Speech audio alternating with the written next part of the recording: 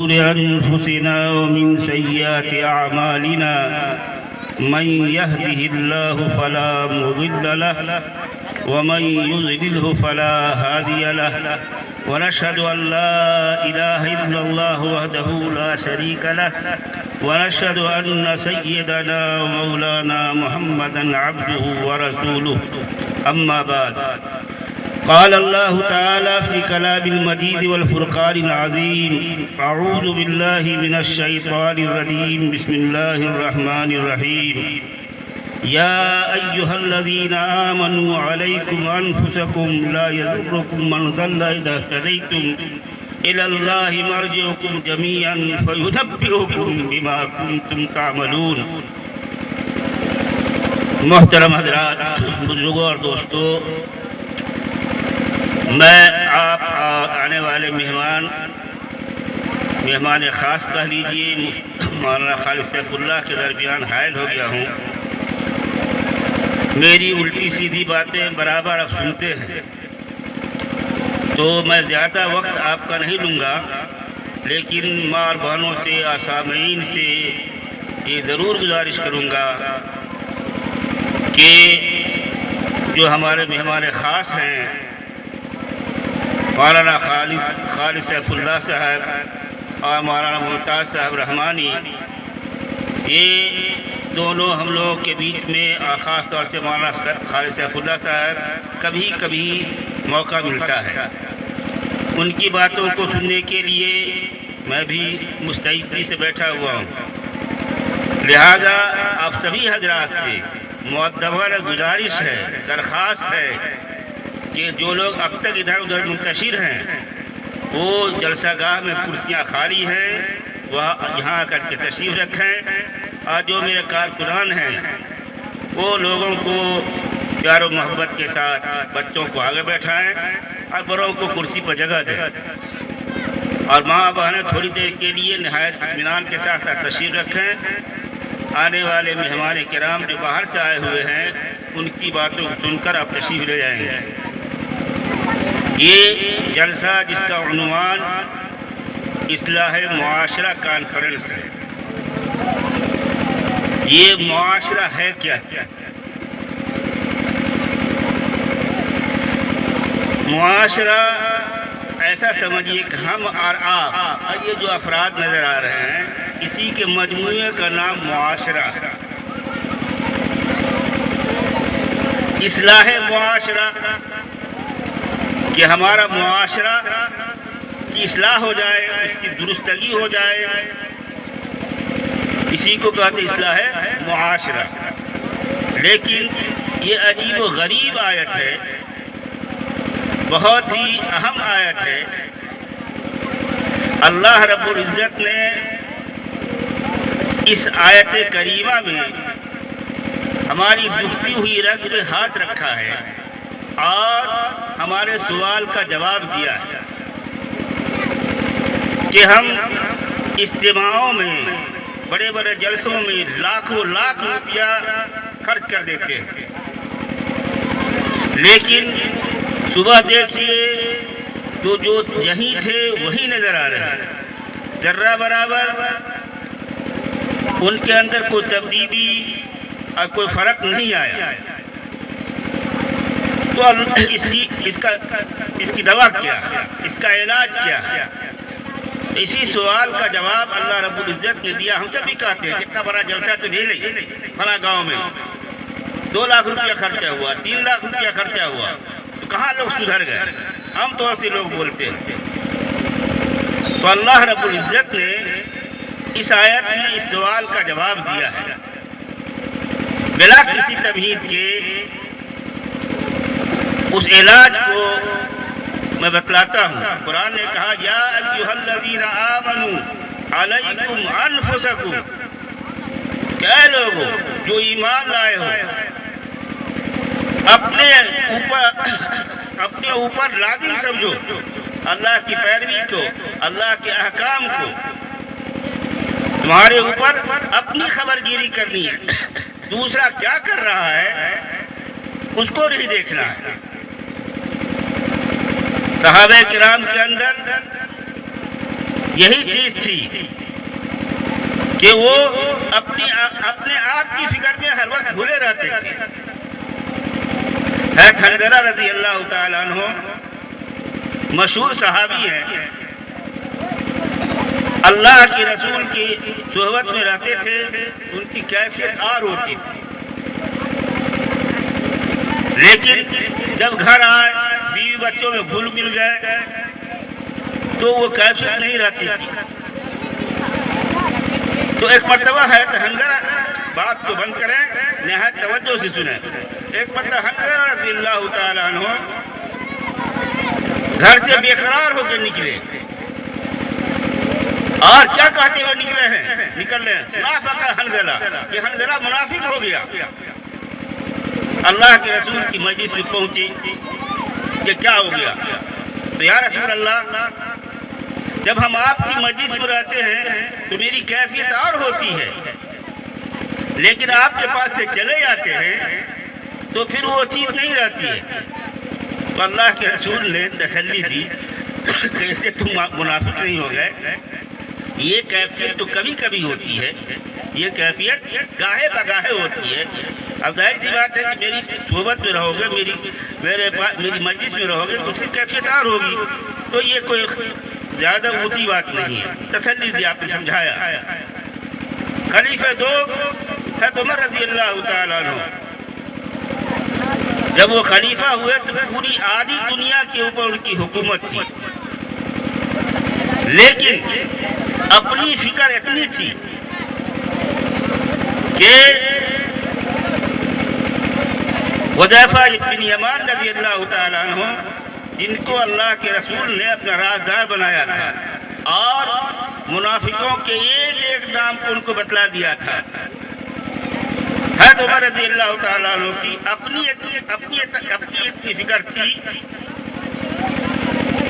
کہ حذیفہ رضی اللہ تعالیٰ عنہ سے عمر رضی اللہ تعالیٰ عنہ پوچھتے ہیں، کیا حذیفہ، میں تم سے جنت کے بارے میں سوال نہیں کرتا ہوں، صرف یہ بتاؤ کہ اس فہرست میں جو منافقوں کی فہرست ہے ہمارا نام ہے یا نہیں؟ اتنا صرف کہہ دو۔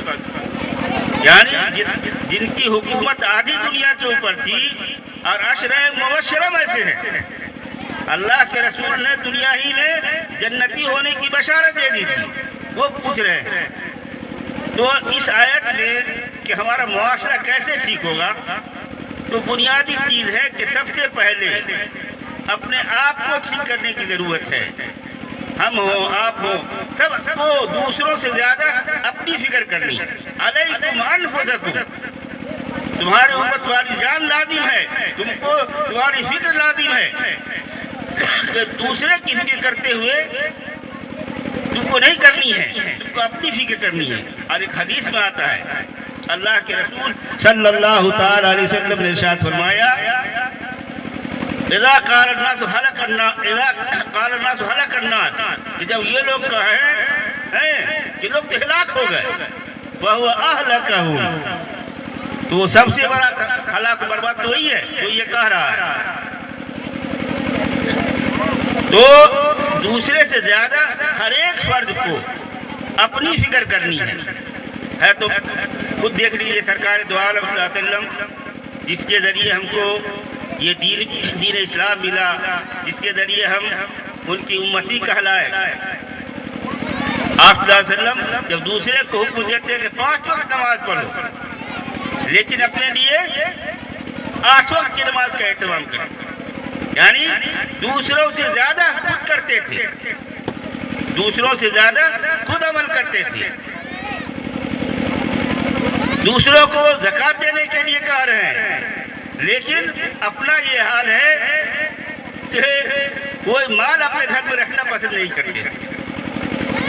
ایک مرتبہ ایسا ہوا کہ آپ صلی اللہ علیہ وسلم آگے بڑھ گئے تھے پیش امام پہ، تکبیر بھی غالباً ہو گئی تھی، آپ صلی اللہ علیہ وسلم نماز چھوڑ کر کے حجرے میں تشریف لے گئے اور پھر کچھ دیر کے بعد تشریف لائے۔ تو صحابہ کرام کو یہ چیز دیکھ کر کے عجیب سا ہوا کہ جب امام آگے بڑھ، ہم لوگ بھی عجیب کریں گے کہ امامت کی جگہ سے ہٹ کر کے پھر حجرے میں جگہ آنا، یہ تو عجیب بات ہے۔ صحابہ کرام نے سوال کیا یا رسول اللہ آج آپ کی تو میں نے عجیب چیز دیکھی۔ تو سرکار تو عالم جناب محمد رسول اللہ صلی اللہ علیہ وسلم نے ارشاد فرمایا کہ ہاں 7 دینار میرے گھر میں رہ گئے تھے، میں یہ نہیں برداشت کیا کہ میری موت اس حال میں ہو جائے کہ 7 دینار میرے گھر میں پڑا رہ جائے، اس لیے میں نے اس کو صدقہ کر کے آیا، اللہ کے راستے میں خرچ کر کے آیا۔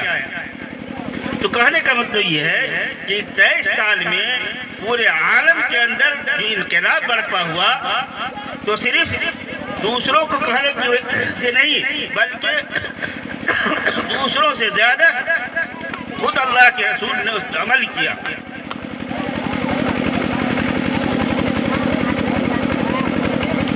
ایک مرتبہ حضرت فاطمہ رضی اللہ تعالیٰ عنہ فتح خیبر کے بعد تشریف لائی۔ حضرت فاطمہ جان ہے نا آپ صلی اللہ علیہ وسلم کی صاحبزادی، جنت کی عورتوں کی سردار حضرت فاطمہ رضی اللہ تعالی عنہ تشریف لائی۔ یا ابا جان بہت سے غلام لونڈیاں فتح کے بعد فتح میں آئی ہیں، چکے چلاتے چلاتے میرے ہاتھ میں نشان پڑ گئے ہیں اور پانی کھینچتے کھینچتے سیدھے پہ نشان پڑ گیا ہے، غلام آبادی جو خدمت کے لیے دے دیا جائے، قربان جائیے۔ اگر ہم لوگوں کے اندر کوئی شخص ہوتا تو بھائی دوسرے کو پہلے چھوڑو، پہلے اپنے سے نمٹو، لیکن سرکار دو عالم صلی اللہ علیہ وسلم نے کیا فرمایا کہ بیٹی یہ ماں پہلے مسلمانوں کا سارے مسلمانوں کا انتظام ہو جائے، پھر محمد ہے اس کے گھر والے ہیں، تم کو اس مال سے بہتر یہ بتاتا ہوں کہ تم ہر نماز کے بعد 33 مرتبہ سبحان اللہ، 33 مرتبہ الحمدللہ اور 34 مرتبہ اللہ اکبر پڑھ لیا کرو۔ تو کہنے کا مطلب یہ ہے کہ رسول اللہ صلی اللہ علیہ وسلم جو اس کے ہم نام لے گئے ہیں، جس کے ہم امتی کہلاتے ہیں، تو پہلے اس نے خود کر کے دکھلایا۔ تو ہمارا دو لفظ یہ سمجھیے کہ ہمارا معاشرہ اسلامی معاشرہ کب بنے گا؟ جب کہنے والا بھی عمل پیرا ہوں اور سننے والا بھی اس پہ تہیہ کر کے اٹھے کہ ہم کو سننا ہے، ہم کو عمل کرنا ہے، تب جا کے معاشرہ بنے گا۔ نہیں تو رات دن جلسے ہو رہے ہیں اور پیسہ پانی کی طرح بہایا جاتا ہے، لیکن وہ عمل وہ چیز نہیں ہوتی۔ اس میں خاص طور سے تنبیہ کی گئی ہے کہ سننے والے کو بھی اور کہنے والے کو سننے والے سے زیادہ فکر ہونی چاہیے۔ ایک حدیث میں آتا ہے، حدیث غالباً حضرت اسامہ بن زید بن حارثہ رضی اللہ تعالیٰ عنہ سے مروی ہے، رسول اللہ صلی اللہ علیہ وسلم نے ارشاد فرمایا کہ قیامت کے دن ایک شخص کو لایا جائے گا اور اس کو جہنم میں ڈال دیا جائے گا، اس کی تپش اور گرمی سے اس کی آنکھ جو ہے باہر ہو جائے گا، اور وہ شخص اپنے آنکھ کے ارد گرد گدھے کے چکر کی طرح گھومے گا، چکر لگائے گا۔ اس زمانے میں بڑی سی چکی ہوتی تھی، گدھے کے اندر وہ باندھ دیا جاتا تھا کسی کام کے لیے، وہ چکی کے چاروں ارد گرد گدھا گھومتا تھا، ویسے ہی وہ شخص اپنے آنکھ کے ارد گرد چکر لگائے گا۔ جہنمی لوگ دیکھیں گے، اس کے پاس آئیں گے، کسی کے ساتھ ایسا عذاب نہیں ہو رہا ہے، اس کے ساتھ کیوں ہو رہا ہے؟ جب آئیں گے تو جہنمی لوگ اس کو پہچان لیں، یہ کہا تب تم وہی واحد صاحب نہیں تھے، وہ تم وہی مولانا صاحب نہیں ہو جو تم لوگوں کو نصیحت کیا کرتے تھے، دین کی بات بتلاتے تھے، اسلامی احکام بتلاتے تھے، وہ اقرار کرے گا کہ ہاں، تو پھر تمہارا یہ حال کیوں ہوا؟ وہ کہے گا کہ ہم تو دوسرے کو بتلاتے تھے لیکن اپنے ہی نہیں عمل کرتے، دوسرے کو برائی سے روکتے تھے لیکن خود برائی سے نہیں بچتے تھے۔ تو میرے محترم بزرگوں، یہ مجمع جو بچوں نے قائم کیا ہے، میں کہا نہیں کہ میں تقریر کرنے کے لیے، وعظ و نصیحت کرنے کے لیے اپنے مہمانوں کو بلایا ہے، خاص طور سے کہ یہ جو بڑا اجتماع ہوتا ہے اس میں کوئی کامیابی نہیں ہوتی ہے، تو اس میں اس آیت میں اللہ رب العزت نے اس سوال کا جواب دیا ہے کہ سب سے پہلے جتنے مقررین حضرات ہیں، علماء کرام ہیں، اس کو عمل کرنا ہے، پھر اس کے بعد جو سننے والے ہیں اس کو عمل کرنا ہے۔ اسی کا نام معاشرہ ہے، ہم اور آپ اور افراد کے مجموعے کا نام معاشرہ ہے، اور اسی کو اجتماعی زندگی کہتے ہیں کہ ہمارا روز صبح سے شام تک کی زندگی، شام سے صبح تک کی زندگی، ہمارا شادی بیاہ، ہمارا خرید و فروخت، ہمارے دوسرے معاملات، سب اسلامی معاشرہ بن جائے، جس میں کیا ہوگا؟ ہر ایک کو اللہ کی رسی مضبوطی سے پکڑنی پڑے گی، جب جا کر کے ہمارا معاشرہ اسلامی معاشرہ ہوگا۔ لیکن ہم تقریر کرتے رہیں اور عمل نہ ہو تو پھر اس کا کوئی اثر نہیں ہوگا۔ اور اگر ہم نے سن کر کے اٹھا دیا تو اللہ رب العزت کی ہاں ہم گرفت میں ہوں گے کہ جو باتیں کہی گئی تم نے سنا، اس میں کیا عمل کیا۔ تو میرے محترم بزرگوں، بات جو کہی جائے، جو ہمارے مہمان کرام آ رہے ہیں ان کی بات تو غور سے سنیں۔ ایک بات اور سن لیں کہ یہ معاشرہ کے بارے میں بہت ہی اونچی شخصیت ہے سید ابو الحسن ندوی رحمۃ اللہ علیہ نے فرمایا کہ معاشرہ کے لیے، اصلاح معاشرہ کے لیے تین چیز ستون کی حیثیت رکھتی ہے، پیلر کی حیثیت رکھتی ہے۔ پیلر سمجھتے ہیں نا؟ مکان میں آج کل جو مکان بنائے جاتے ہیں تو پہلے والی بات ختم ہے، عمر کب ہے؟ عمر ہے 50 سال کی، مکان سوچتا ہے کہ 2 سال تک کچھ مکان ہیلے نہیں، اسی طریقے سے پیلر دیا جاتا ہے، موٹا سے موٹا لوہا دیا جاتا ہے۔ تو تین چیزیں جو ہے معاشرہ کی اصلاح معاشرہ کے لیے بنیاد کی حیثیت سے پیلر کی حیثیت رکھتی ہے، اور وہ کیا ہے؟ اس کو قرآن نے غالباً 4 یا 5 پارے میں فرمایا ہے، لا خیر فی کثیر من نجواہم الا من امر بصدقۃ او معروف او اصلاح بین الناس۔ یہ تین چیز ہیں۔ صدقہ آپ جانتے ہیں، یہ سمجھ لیجئے کہ عملی طور پہ ایک دوسرے کے لیے رحم دلی، ایک دوسرے کا تعاون، جب تعاون کا جذبہ جب دل کے اندر پیدا ہوگا تو اس سے ایثار پیدا ہوگا۔ جب ایثار ہم کریں گے تو محبت کا دروازہ کھلے گا، اور جب محبت کا دروازہ کھلے گا تو انشاءاللہ جب ایک دوسرے کو دین کی بات بتائی جائے گی، اسلام کا طریقہ بتلایا جائے گا، آقا صلی اللہ علیہ وسلم کے طریقے کو بتلایا جائے گا تو وہ قبول کرے گا۔ تو پہلی چیز ہوئی صدقہ، اور اس کا مالی تعاون نہیں ہے، صدقہ کی سینکڑوں قسمیں ہیں۔ اپنے رشتہ داروں سے، ملنے والے دوستوں سے، عام مسلمین سے، غیروں سے خندہ پیشانی سے ملنا، ان کی ضرورت کے کام آنا، ان کے ساتھ صلہ رحمی کرنا، یہ ساری چیز صدقہ ہے۔ تو بتایا صدقہ سے اسلامی معاشرہ کے لیے صدقہ پیلر کی حیثیت ہے۔ اور دوسری بات، امر بالمعروف، اچھی بات بولی جائے، اچھی بات کہی جائے، کسی کی برائی نہ ہو، کسی کی غیبت نہ ہو۔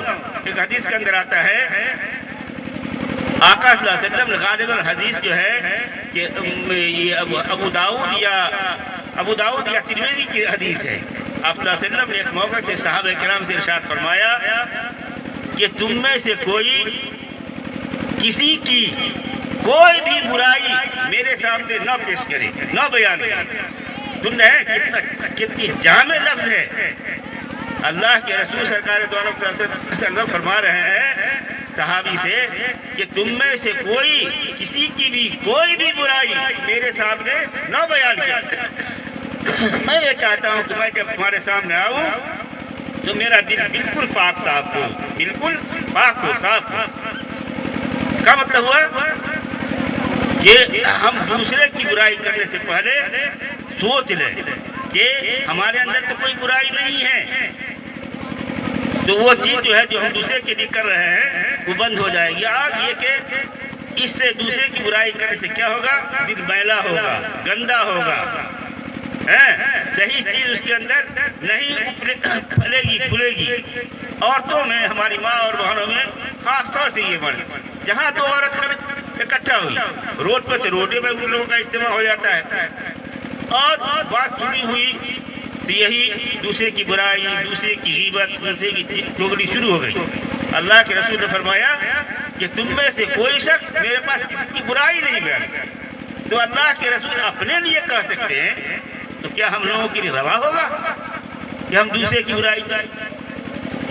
دو چیز ہو گئی، ایک صدقہ، ایک امر بالمعروف، اور تیسری چیز جو اصلاح معاشرے کے لیے پیلر کی حیثیت رکھتی ہے وہ اصلاح بین الناس ہے۔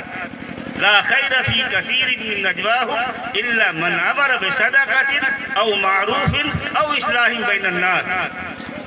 دو آدمی کے درمیان لڑائی ہو، جھگڑا ہو، آپس میں دوری ہو، چاہے وہ ہماری ماں بہنوں میں ہو، چاہے مردوں میں ہو، چاہے اس گاؤں اور اس گاؤں میں ہو، اصلاح بین الناس، یہ بھی اگر آپس میں اتفاق ہے، لوگوں کے درمیان اصلاح کر دیا تو گویا ہم نے اصلاح معاشرہ کا ایک پیلر قائم کر دیا۔ تو یہ بھی بہت بڑی چیز ہے۔ اللہ کے رسول نے ایک موقع سے فرمایا کہ میں اس شخص کے لیے جنت میں، بیچ جنت میں، غالباً بیچ کا بھی لفظ ہے، بیچ جنت میں گھر کا وعدہ کرتا ہوں جو حق پر رہتے ہوئے بھی لڑائی کو چھوڑ دے، اپنے بھائی کو دے دے۔ کبھی ہم لڑائی نہیں چاہتے، ہم فتنہ نہیں چاہتے، ہم فساد نہیں چاہتے، تم ہی لے لو، تمہاری یہ زمین ہے۔ اب ہم لوگ کیا ہوتی ہے، ایک ہاتھ کے لیے، ایک پتا کے لیے بھائی کو قتل کر دیتا ہے، چچا بھتیجے کو قتل کر دیا، اخبار میں بڑی بات ہے۔ تو میرے محترم بزرگوں، یہ تیسری چیز بتایا اصلاح معاشرہ کے لیے جو پیلر کی حیثیت رکھتی ہے وہ لوگوں کے درمیان اصلاح ہے۔ یہ اگر آپس میں دو کے درمیان توڑ ہے، لڑائی ہے، جھگڑا ہے تو اس کے درمیان صلح کرا دیا نیک نیتی کے ساتھ۔